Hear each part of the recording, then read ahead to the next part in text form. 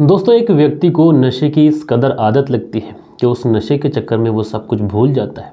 ना तो परिवार को ज़्यादा टाइम दे पाता है, ना ही सही तरीके से कोई काम करता है, ना कोई जॉब करता है। यानी नशा उसके सर पर इस कदर हावी होता है कि उसके जो परिवार वाले होते हैं कभी उसे नशा मुक्ति केंद्र लेके जाते हैं, कभी उससे कहते हैं कि बेटा जॉब कर लो और ये नशा छोड़ दो, कभी उसे सामने बैठ के समझाते हैं। लेकिन ये जो बेटा था, इसके ऊपर नशे का जो भूत सवार था वो इस कदर था कि इस नशे के चक्कर में इसने अपनी बहन के साथ में जो किया, अपनी माँ के साथ में जो किया, अपने पिता के साथ में जो किया, अपनी दादी के साथ में जो किया, यकीनन अगर आप लोग सुनेंगे तो सुन के हैरान हो जाएंगे। दोस्तों, रात के 10 बज चुके हैं और मैं हूं आप सभी का अपना शावेज़ मलिक, और हाजिर हूं मैं आप लोगों के सामने एक और क्राइम की कहानी को लेके, एक और क्राइम की घटना को लेके। तो चलते हैं दोस्तों, सीधा कहानी का रुख करते हैं। दरअसल दोस्तों, आज की जो घटना मैं आप लोगों को सुनाने वाला हूँ, ये घटना है राजधानी दिल्ली की, यानी पश्चिमी दिल्ली की एक जगह पड़ती है पालम इलाका। अब दोस्तों, इसी पालम इलाके के अंतर्गत एक कॉलोनी आती है, राजनगर पाटू, और यहीं पर एक बिल्डिंग के अंदर पूरा परिवार रहता है। यानी ऊपरी फ्लोर पर जो है वो एक परिवार रहता है और जो नीचे वाला फ्लोर है उस पे चचेरे भाई रहते हैं। तो शुरुआती दिनों में तो ये जो परिवार था ये काफ़ी खुश था, किसी भी तरीके की कोई परेशानी नहीं। जो घर परिवार था उसमें खुशियाँ थी, प्यार था। दरअसल दोस्तों, इस बिल्डिंग के ऊपरी वाले हिस्से में यानी दूसरी मंजिल पर जो परिवार रहता है उसमें एक व्यक्ति जिनका नाम दिनेश, उनकी पत्नी और एक बूढ़ी माँ, बेटे का नाम केशव और बेटी का नाम रूशी, और नीचे वाला जो फ्लोर था उस पर इनका भतीजा रहता था जिसका नाम कुलदीप सैनी। अब दोस्तों, शुरुआती दिनों में ये जो परिवार था काफ़ी खुश रह रहा था। जहाँ से भी जो भी पैसे आते उन पैसों से ही अपना रहन सहन करते, अपना गुजर बसर करते, किसी भी तरीके की कोई परेशानी नहीं थी। लेकिन दोस्तों, ऊपर जो फ्लोर पे जो परिवार रहता था उसमें जो बेटा था केशव, ये परिवार का इकलौता चिराग था, इसलिए बड़े लाड़ से, बड़े नाजों से ये पल रहा था। लेकिन दोस्तों, परिवार में भी किसी चीज़ की कोई कमी नहीं थी। लेकिन जैसे जैसे वक्त गुजरता है और धीरे धीरे ये जो केशव था ये अब बड़ा हो रहा था। अब दोस्तों, जब केशव बड़ा हो रहा था तो कहीं ना कहीं इसकी जो संगत थी वो गलत लोगों में पड़ गई थी, और जैसे जैसे ये बाहर निकलता, ये गलत लड़कों से दोस्ती करता, उनके साथ में गुटखा खाता, कभी कभी ये सिगरेट भी पीता। जाहिर सी बात है, जब वो ये सारी चीज़ें कर रहा था तो ये सारी चीज़ें वो परिवार से छुप कर रहा था। अब दोस्तों, परिवार वाले तो यही सोचते थे कि उनका जो बेटा है ये स्कूल जाता है और स्कूल से पढ़ कर वापस आता है, लेकिन ये जो बेटा था ये अपने दोस्तों के साथ में गुटखे खाता, सिगरेट पीता, कुछ इस तरीके के कृत्य कर रहा था। लेकिन इस बारे में माता पिता को किसी भी प्रकार की कोई नॉलेज नहीं थी। दरअसल इस माता पिता का सिर्फ और सिर्फ एक ही सपना था, जो हर माँ बाप देखते हैं, वही सपना इस माँ बाप ने भी देखा था। उनका मानना था कि उनका जो बेटा है केशव, हम लोग इसकी पढ़ाई पर जैसा ध्यान दे रहे हैं ऐसे ही ये भी बड़ी लगन के साथ में पढ़ाई कर रहा होगा, और जैसे जैसे ये अपनी पढ़ाई मुकम्मल करेगा, कंप्लीट करेगा, उसके बाद में अच्छी नौकरी पाएगा और परिवार की गरीबी मिटाएगा, परिवार का नाम रोशन करेगा।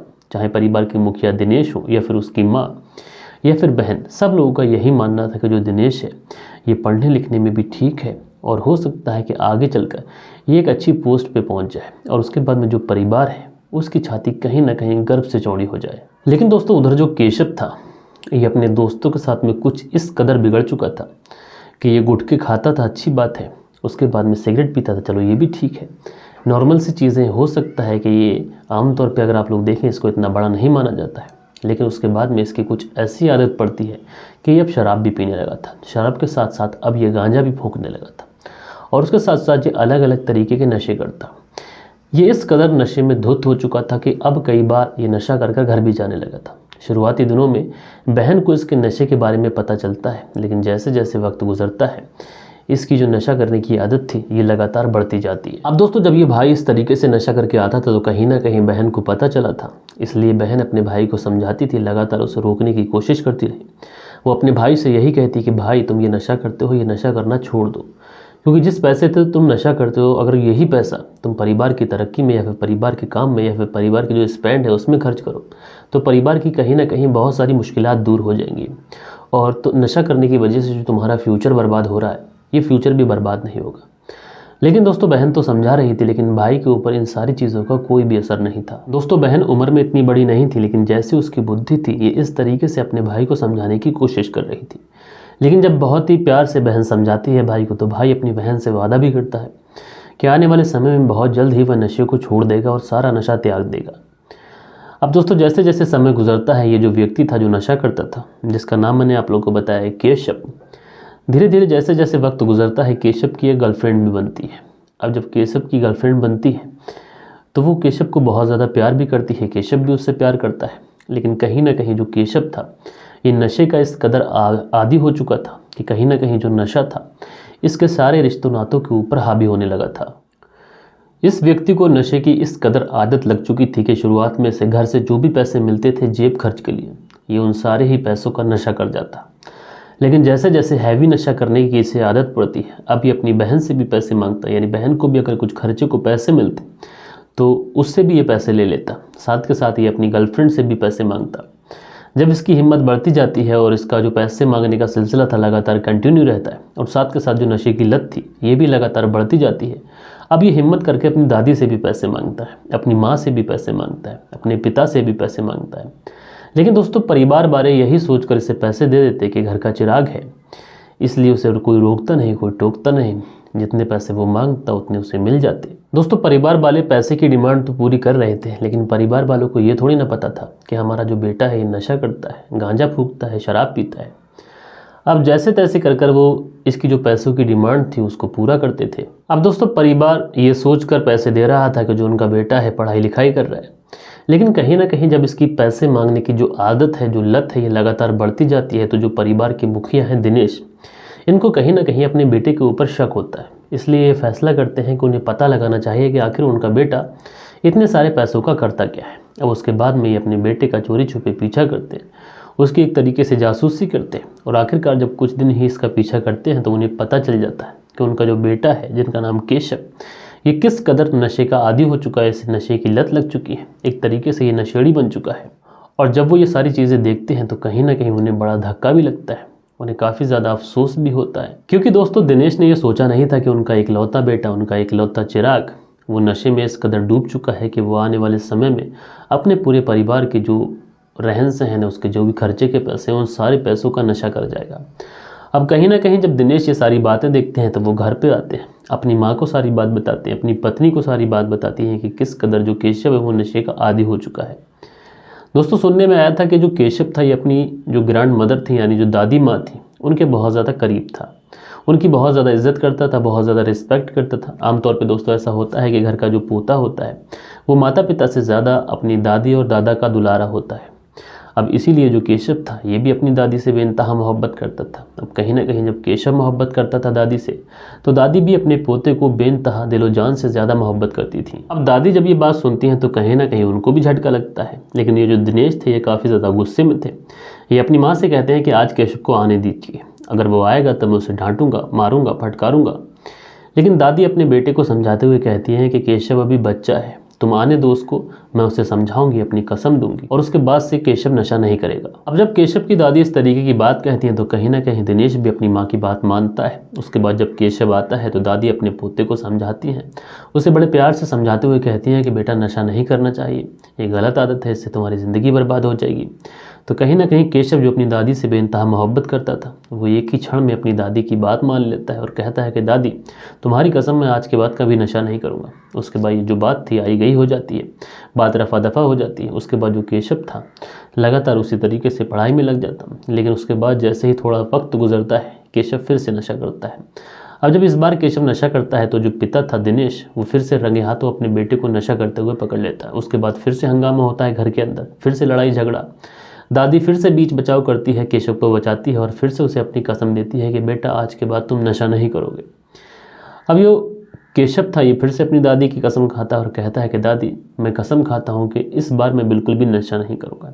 बात फिर से रफा दफा हो जाती है, आई गई हो जाती है, लेकिन जो केशव था इसको नशे की इस कदर लत लग चुकी थी कि जैसे ही थोड़े दिन गुजरते हैं ये फिर से नशा कर लेता है। और फिर से जब परिवार में इस बात का पता चलता है तो परिवार में इस बात को लेकर काफ़ी ज़्यादा झगड़ा भी होता है और परिवार वाले आखिरकार केशव को घर से निकाल देते हैं, कहते हैं कि कहीं और जाओ और जाकर नौकरी करो। दोस्तों परिवार वाले इसे घर से इसलिए निकालते हैं कि जो नौकरी करेगा, नौकरी करने के बाद में अगर मेहनत मशक्क़त से कुछ पैसे कमाएगा तो इसको पैसे की अहमियत पता चलेगी, हो सकता है कि उसके बाद ये नशा करना छोड़ दे। अब दोस्तों ये जो केशव था ये नौकरी करने के लिए निकल जाता है, ये चंडीगढ़ जाता है, पंजाब जाता है, अलग अलग जगहों पे नौकरी करता है और जो भी पैसा कमाता है ये उस पैसे से नशा करता है। अब दोस्तों ये जो केशव था ये नौकरी पे भी नशा करके जाने लगा था, इसलिए अलग अलग जगहों पर इसे नौकरी से निकाला गया। कभी चंडीगढ़ से निकाला तो कभी पंजाब से निकाला, और लास्ट टाइम जब था तब ये गुरुग्राम में नौकरी कर रहा था। लेकिन इसका जो नशा करने का जो एक तरीके से जो सिलसिला था वो रुक नहीं रहा था। इस वजह से अक्सर इसकी जो नौकरी थी वो चली जाती थी। अब दोस्तों लास्ट टाइम में जब ये गुरुग्राम में नौकरी कर रहा था तो वहाँ भी ये नशा करके जाता, इसलिए गुरुग्राम से भी इसे नौकरी से निकाल दिया जाता है। अब इसकी जो नौकरी थी वो भी जा चुकी थी। जो गर्लफ्रेंड थी उसने भी इस पर लात मार दी। उसने कहा कि ऐसे नशेड़ी व्यक्ति के साथ में रहना है कि अकेले रहें। और उसके बाद में जब इसकी नौकरी चली जाती है, गर्लफ्रेंड भी चली जाती है, नशे का आलम ऐसा था कि कोई ठीक ठाक दोस्त भी नहीं था। अब दोस्तों ये फिर से अपने परिवार के साथ में जाता है और उनसे पैसे मांगता है। अब दोस्तों परिवार वाले इस बार फिर से इससे थोड़े बहुत पैसे देते हैं। इसकी जो मजबूरी है उस पर तरस खाते हैं, ये रोता है, गिड़गिड़ाता है, लेकिन परिवार वाले इसे पैसे तो दे देते हैं। लेकिन फिर से इसकी जो पैसों की डिमांड थी लगातार बढ़ने लगी थी। अब इस बार जैसे ही ये पैसे मारने के लिए दोबारा से जाता है तो परिवार वाले पैसे देने के लिए साफ तौर पर से इनकार कर देते हैं। वो कहते हैं कि हम तुम्हें और पैसे नहीं दे पाएंगे, तुम्हारी ज़िंदगी है, तुम जैसे चाहो वैसे जियो या मरो, लेकिन हमारे पास तुम्हारे लिए नशा कराने के लिए पैसे नहीं है। अब दोस्तों परिवार वाले पैसे देने से इनकार कर देते हैं। इधर नशे की इसे इस कदर लत लगी थी, इसे पैसे चाहिए थे, लेकिन कोई भी इसे पैसे देने की तैयार नहीं था। ना तो इसके पास नौकरी थी, ना कोई दोस्त था, ना गर्लफ्रेंड थी जो अब इसे पैसे दे पाती। परिवार से एक सहारा था वो भी छिन चुका था। अब दोस्तों जब सारी तरफ से इसके जो दरवाजे हैं पैसे मिलने के वो बंद हो जाते हैं, इसके बाद जो होना था वही हुआ। अब ये अपने परिवार से झगड़ा तकरार शुरू कर देता है। कभी ये अपनी बहन को पीट देता है, कभी माँ को धक्का देता है, कभी दादी को धक्का दे देता है, कभी अपने पिता के साथ में बहस करता है। यानी इसके जो विवादों का सिलसिला था घर के अंदर वो एक तरीके से शुरू हो चुका था और ये लगातार घर परिवार के अंदर कलेश किया करता था। अब दोस्तों जब घर के अंदर इसने इस तरीके का माहौल बना दिया था तो कहीं ना कहीं घर परिवार वाले इसके इस रवैये से बहुत ज़्यादा परेशान थे कि इन्हीं बीच में इस घर परिवार वालों को, जो परिवार के मुखिया हैं दिनेश, इन्हें कोई व्यक्ति बताता है कि तुम अपने बेटे को नशा मुक्ति केंद्र ले जाओ। और ये जब नशा मुक्ति केंद्र जाएगा तो ये वहाँ पर जब कुछ दिन रहेगा तो नशा छोड़ देगा। उसके बाद तुम्हारा जो परिवार है ये फिर से पटरी पे आ जाएगा। अब दोस्तों अंधेरी रात में अगर कोई लौ लेके खड़ा हो, कोई मशाल लेके खड़ा हो, इस परिवार के लिए एक रोशनी की किरण दिखाई पड़ी। इसलिए मरता क्या ना करता। जो परिवार के मुखिया दिनेश थे वो अपने बेटे को आखिरकार नशा मुक्ति केंद्र भेजते हैं। अब दोस्तों ये जो केशव था ये नशा मुक्ति केंद्र जा चुका था, लेकिन जैसे जैसे थोड़ा वक्त गुजरता है जो घर परिवार के लोग थे ये कभी कभी उससे मिलने भी जाते, क्योंकि परिवार का इकलौता बेटा था। कभी दादी जाती, कभी बहन जाती, कभी कभी पिता भी जाते। लेकिन दोस्तों जैसे ही एक बार माँ जाती है तो ये अपनी माँ से कहता है कि माँ मैंने सारा नशा छोड़ दिया है, अब मैं ठीक हो चुका हूँ, दरअसल मैं यहाँ बहुत बोर होता हूँ, अब तुम मुझे घर ले चलो। तो जो माँ थी उसका दिल कहीं ना कहीं पसीज जाता है, क्योंकि दोस्तों माँ तो माँ होती है। अब माँ जो है वो अपने बेटे को घर लाने का फ़ैसला करती है, लेकिन जो इसका फ़ैसला था ये फ़ैसला एक तरीके से ऐसा फ़ैसला होने वाला था कि जिस फैसले को एक तरीके से जब इसने फ़ैसला लिया तो इस पूरी खबर ने जो आगे चलकर जो हंगामा मचाया, जो पूरे दिल्ली को दहलाया, पूरे देश को दहलाया, यकीनन ये अपने आप में हैरान करने वाला था, परेशान करने वाला था। अब दोस्तों ये माँ थी, ये अपने बेटे को लेके घर आ जाती है, लेकिन ये जो बेटा था दरअसल इसे अपने घर परिवार वालों की याद नहीं आ रही थी, बल्कि इसे नशा करना था, क्योंकि नशा मुक्ति केंद्र में से नशा मिल नहीं पा रहा था। अब जैसे ही ये कुछ दिन अपने घर पे रहता है उसके बाद में फिर से घर वालों से पैसों की डिमांड शुरू करता है। अब जब इस बार पैसों की डिमांड शुरू करता है तो फिर से घर के अंदर वही माहौल, वही लड़ाई, वही झगड़े। ये लगातार अपने माता पिता, भाई बहन सबसे झगड़ा करता है। अब दोस्तों जब घर परिवार वाले पैसा देने से साफ इनकार कर देते हैं तो उसके बाद ये सोचता है कि जब तक ये घर वाले रहेंगे ना तो वो कोई चीज़ बेच सकता है, ना ज़्यादा पैसे यूज़ कर सकता है, तो क्यों ना कुछ ऐसा किया जाए कि घर वालों को ही इस दुनिया से हमेशा हमेशा के लिए रुखसत कर दिया जाए। क्योंकि एक बार जब घर वाले चले गए तो वो धीरे धीरे ज़रूरतों का सामान बेचेगा और उसके बाद में इस पूरे घर को एक तरीके से एक मधुशाला में बदल देगा। जैसे चाहेगा वैसे नशा करेगा, जैसे मर्जी चाहेगा वैसे रहेगा। और इसी के तहत जो फैसला ये करता है, यकीनन उस फैसले ने एक ऐसा पल ला दिया था दिल्ली के अंदर कि जब ये खबर सोशल मीडिया, प्रिंट मीडिया सबके थ्रू फैली थी तो हर कोई हैरान था, परेशान था। उसके बाद से दोस्तों ये मार्केट जाता है और एक चाकू लाकर रख लेता है अपने ही घर के अंदर। लगभग 8 दिन पहले ही एक चाकू लाकर रख लेता है। उसके बाद में घर परिवार वालों से उसी तरीके से पैसे मांगना, जब पैसे नहीं देते तो परिवार के अंदर चिक चिक खिच खिच। इसी तरीके से लगभग कुछ दिनों के बाद में ये अपनी दादी के पास जाता है और दादी से कहता है कि मुझे पैसे चाहिए। अब दादी से ये कहते हुए पैसे देने से इनकार कर देती है कि बेटा मैं तुम्हें पैसे नहीं दे सकती, क्योंकि अगर मैं तुम्हें पैसे दूंगी तो इन सारे पैसों से तुम शराब पियोगे, नशा करोगे और मैं अपने पोते को इस कदर धीरे धीरे मरते हुए नहीं देख सकती। दादी जिसकी उम्र 75 साल है, जब वो इस तरीके की बात अपने पोते से कहती है केशव से, तो केशव जो है इस कदर आग बबूला हो जाता है कि अपनी पॉकेट से वो चाकू निकालता है और अपनी दादी के ऊपर हमला कर देता है। अपनी दादी के ऊपर जब तक हमला करता है, जब तक वार करता है, जब तक उस 75 साल की महिला की मौत नहीं हो जाती है। जब दादी की मौत हो जाती है, घर परिवार के अंदर चीखें मच जाती हैं, पुकारें मच जाती हैं। उसके बाद में ये अपनी माँ की तरफ भागता है, माँ से कहता है पैसे दोगी या नहीं, तो माँ भी पैसे देने से इनकार कर देती है। अब माँ के ऊपर भी हमला करता है। बीच बचाव में दिनेश भी आ जाते हैं। जब दिनेश आते हैं पिता, तो उनके ऊपर भी ये चाकू से हमला कर देता है। जब माँ और पिता के ऊपर, दोनों के ऊपर ये चाकू से हमला करता है, दोनों बेचारे वॉशरूम की तरफ भागते हैं और वॉशरूम का दरवाज़ा अंदर से बंद कर लेते हैं। अब जो बहन थी, जब बहन इस तरीके का मामला देखती है, पूरे घर के अंदर चीख पुकार है, तो वो समझ जाती है कि भाई के सर पर आज खून सवार है। इसलिए ये अपने भाई को काफ़ी ज़्यादा रोकती है, उसे काफ़ी ज़्यादा समझाती है, लेकिन जो भाई था ये रुकने का नाम नहीं लेता है। ये लगातार उस वॉशरूम के दरवाजे को खटखटा रहा था और खोलने की बात कर रहा था। अच्छा, हैरानी की बात यह थी कि इधर बहन जो है वो चीख पुकार रही थी, लेकिन ये अपने घर में लूटपाट कर रहा था, अपने घरों की चीज़ों को लूट रहा था। अब बहन जो है वो खिड़की की तरफ जाती है और जो चचेरा भाई कुलदीप सैनी नीचे रहता था उसे आवाज़ देती है, भैया बचा लो, जो हमारा भाई केशव है उसके ऊपर खून सवार है, वो घर के अंदर सबकी हत्या कर देगा, ऐसा कर देगा, वैसा कर देगा। जब ये चीख पुकार मचती है, लोग इकट्ठा होते हैं। जो कुलदीप सैनी था ये भी भागता है, दरवाज़ा खटखटाता है, तो जो केशव था ये दरवाजे की तरफ जाता है और अपने भाई से ये कहते हुए उससे कहता है कि यहाँ से चले जाओ, कि ये हमारा आंतरिक मामला है और अगर तुम बीच में आओगे तो तुम्हारे लिए अच्छा नहीं होगा। लेकिन केशव उससे कहता है कि ये भी मेरे घर की ही बात है, भले ही हम सब लोग साथ नहीं रहते, लेकिन हम लोग एक परिवार के जैसे हैं, तुम बस दरवाज़ा खोलो। लेकिन केशव दरवाज़ा नहीं खोलता है। अब ये जो केशव है ये सबसे पहले अपनी बहन की हत्या करता है, क्योंकि बहन जो है वो चीख रही थी, लोगों को इकट्ठा कर रही थी, उसके खून से अपने हाथों को रंगता है। उसके बाद इससे अपने माता पिता की जो अलमारी थी उनकी चाबी चाहिए थी, इसलिए ये उस वॉशरूम के गेट को तोड़ता है और गेट को तोड़ने के बाद में माँ की हत्या करता है, पिता की हत्या करता है। अब उसके बाद में जब सारे ही लोगों की ये हत्या कर देता है, पूरे ही घर में खून और खून फैल जाता है, उसके बाद में एक खिड़की से भागने की कोशिश करता है। उधर जो कुलदीप था ये पुलिस को फ़ोन कर देता है और उस समय जो मनोज जो उपाध्यक्ष है वो फ़ोन उठाते हैं। अब कुलदीप उन्हें सारा मामला बताता है। उसके बाद जैसे ही ये खिड़की से भाग रहा होता है केशव, तो कुलदीप जो है उसे भागकर पकड़ लेता है और उसके बाद में पुलिस भी आ जाती है और पुलिस इस व्यक्ति को तो पकड़ती है, लेकिन जैसे ही घर का दरवाज़ा खोलती है, तो जैसे ही घर का दरवाज़ा खोला जाता है तो पूरे घर के अंदर खून फैला हुआ था। 4 लोगों का खून उस घर के अंदर बह चुका था, हर तरफ खून के छींटे थे। पुलिस वालों को भी उल्टियाँ होने लगती हैं। लेकिन दोस्तों ये जो केशव था, जब पुलिस इसको गिरफ्तार करके ले जा रही थी, तो ये अपने भाई, चचेरा भाई जो था कुलदीप, उससे कहता है कि तुमने आज मुझे पकड़वाया है, मुझे फंसाया है, लेकिन याद रखना जैसे ही मैं लौटूंगा उसके बाद अगला नंबर तुम्हारा है। बहरहाल दोस्तों पुलिस उसके बाद उसे लेके जाती है, लेकिन ये एक ऐसी कहानी थी कि जिस कहानी ने पूरे उस समय देश को झकझोर के रख दिया था।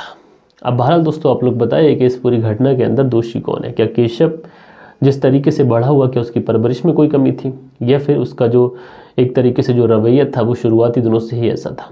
आप लोग अपनी राय नीचे कमेंट्स बॉक्स में दीजिएगा।